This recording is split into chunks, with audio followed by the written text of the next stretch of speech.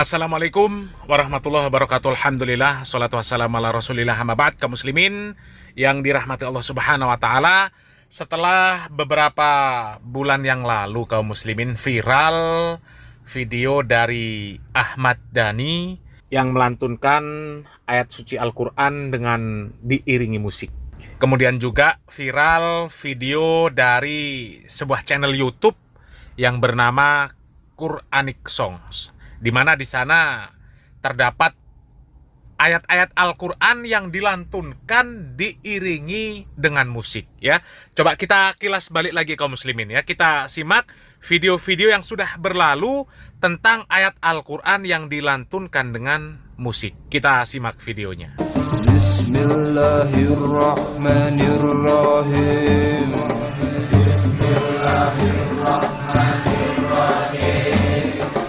Alhamdulillahi Rabbil Alamin. Alhamdulillahi Rabbil Alamin. La uqsimu biyawmil qiyamah wa la uqsimu bin nafsil lawwamah.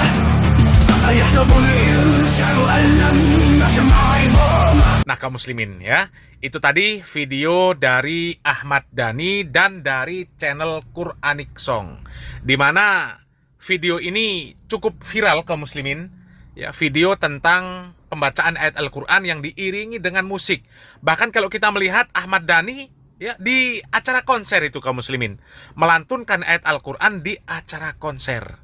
Innalillahi wa inna ilaihi raji'un, ya. Dan yang seperti ini kaum muslimin tidak lepas dari tanggung jawab orang-orang yang memfatwakan bahwasanya musik itu halal, asal dengan catatan isinya syair-syair yang tidak mengajak kepada kemaksiatan.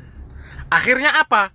Akhirnya ya orang-orang melantunkan ayat Al-Quran diiringi dengan musik. Karena menurut mereka ini syairnya bukan syair yang mengajak kepada kemaksiatan. Justru syairnya ini syair yang mengajak kepada kebaikan.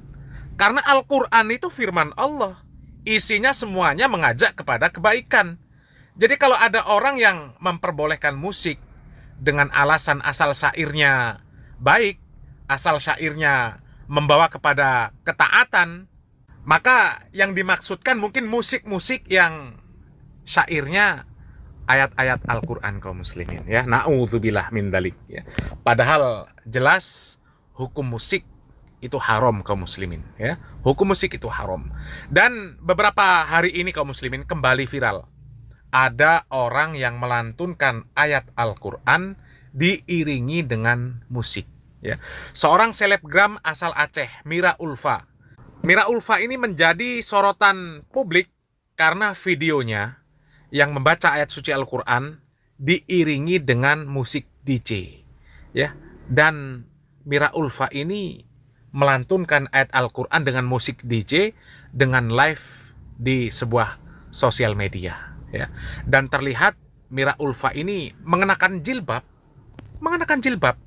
Ini sudah menjadi perkara yang menghinakan Islam kaum muslimin, ya.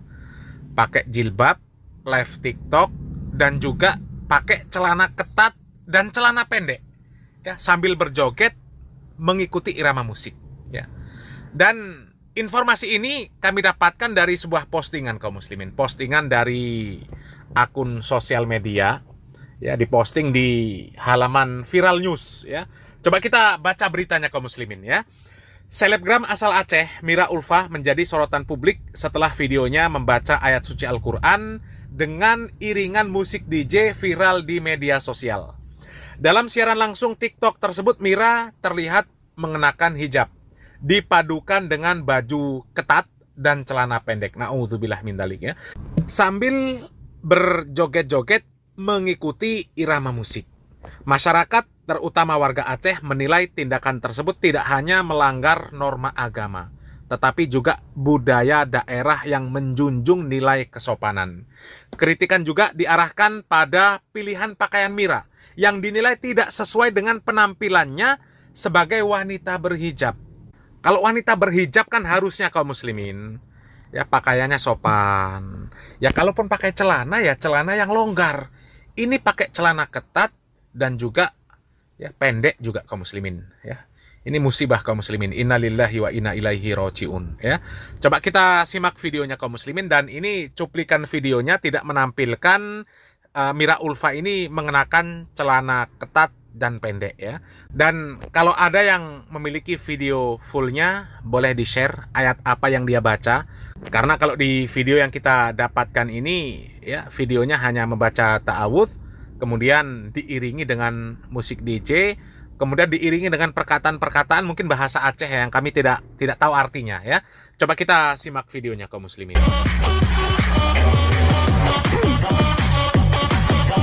A'udzu billahi minasyaitonir rajim. Bismillahirrahmanirrahim. Gabu deh.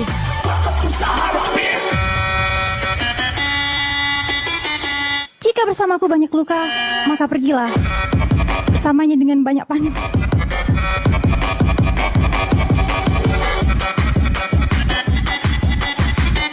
Ini bentar lagi aku pakai likom ya.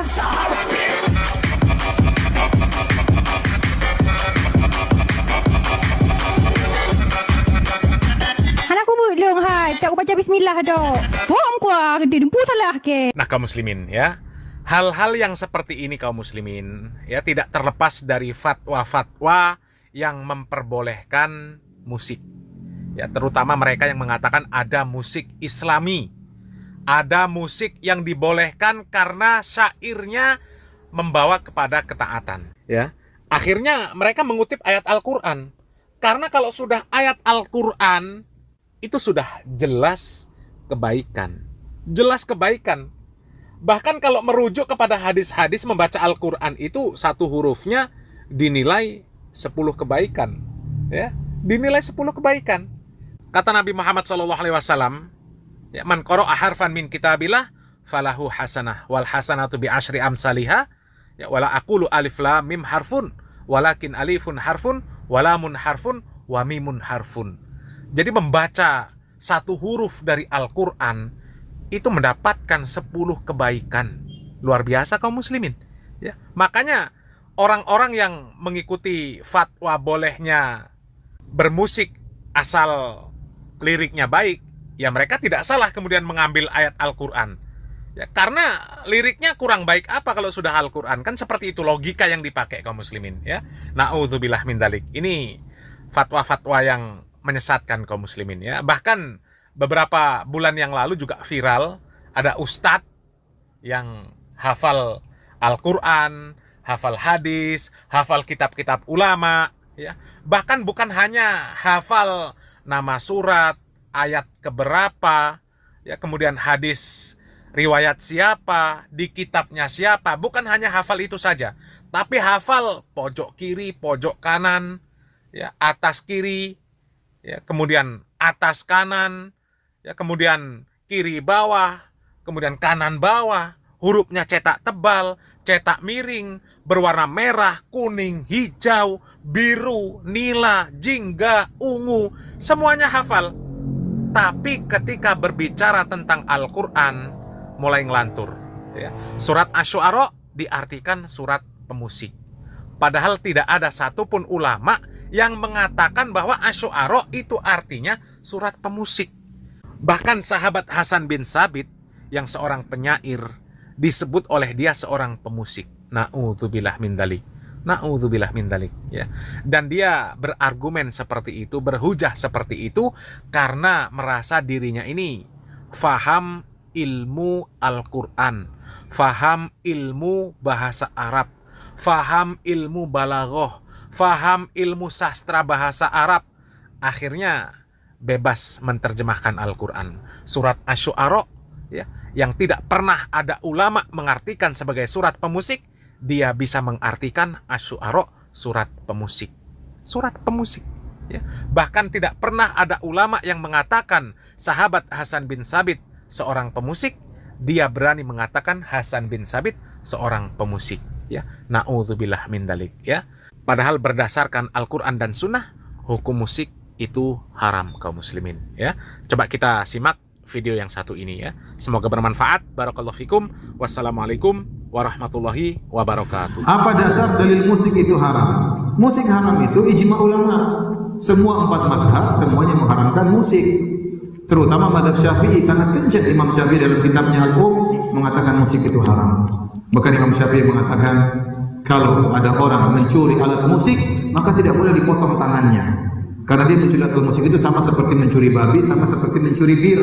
Disamakan hukumnya dengan bir dan babi, perkara yang haram. Ini menurut pendapat Imam Syafi'i dalam kitabnya Al-Um. Bahkan Ibnu Hajar Al-Haytami dalam kitabnya Az-Zawajir An-Iktirafil Kabair tentang dosa-dosa besar, dia mengatakan di antara dosa besar adalah bermusik-musik, disebutin. Jadi ini pendapat 4 mazhab. Makanya antum dapati ustaz-ustaz yang mengatakan musik haram, dia tidak berani mengatakan ini mazhab, karena dia tahu mazhab Syafi'i mengharamkan. Sebagian dai mengatakan harus bermadzhab, harus bermadzhab. Begitu masalah musik, mazhabnya dia tinggal. Paham? Ini kenyataan. Karena dia tahu seluruh mazhab mengharamkan apa? Musik. Dan musik kalaupun tidak ada dalil yang mengharamkan, kita tahu musik merusak. Ya, kita coba tanya musik, yang manfaat cuma sedikit. Ditimbang antara kemudaratan dengan kemanfaatannya, mudaratnya lebih besar. Gara-gara musik orang ini, orang teler, orang berzina, main perempuan, isinya cinta-cinta, isinya macam-macam. Isinya bikin cengeng-cengeng. Akhirnya kacau semuanya ya, gara-gara apa? Musik. Pulangkan saja, hanya minta cerai. Gara-gara pulangkan saja ke rumah orang tuaku. Lihat semut lewat, semut gila semua semut. Semuanya musik bikin orang banyak apa? Macam-macam. Akhirnya apa? Musik itu asik. Akhirnya jarang baca Quran, jarang baca hadis. Kalaupun tidak ada dalilnya, apalagi ada dalilnya dalam Al-Quran dan dalam Al-Hadis. Dalam Al-Quran kata Allah, wa minan nasi may yashtari lahwal hadis. Di antara manusia ada yang membeli perkataan yang sia-sia. Musik perkataan sia-sia, lagu-lagu perkataan sia-sia. Liyudhilla an sabilillah, untuk menyesatkan manusia dari jalan Allah. Dan benar. Jadi musik itu haram. Dalam hadis kata Rasulullah SAW dalam Sahih Al-Bukhari, la yakunanna aqwamu min ummati yastahilluna al-hiram wal harir wal khamr wal ma'azif. Akan ada dari umatku yang menghalalkan zina, menghalalkan kain sutra bagi laki-laki, menghalalkan khamar, bir, dan menghalalkan alat musik. Ini serangkaian, dan sudah ada orang yang menghalalkan. Jangankan zina, LGBT dihalalkan sekarang. Ya. Kain sutra dihalalkan, khamar dihalalkan, alat musik juga dihalalkan. Jadi dalilnya ada. Oh, Ustaz hadisnya dhaif. Siapa yang mendhaifkan? Para ulama, semua Imam Bukhari mensahihkan, seluruh ulama mensahihkan. Ada yang mendhaifkan, 1-2 orang ulama, mereka salah. Ibnu Hazm mendhaifkan, Yusuf Al-Qardawi bukan ahli hadis mendhaifkan. Ya akhi, ulama-ulama besar ahli hadis semua mensahihkan. Bikin udang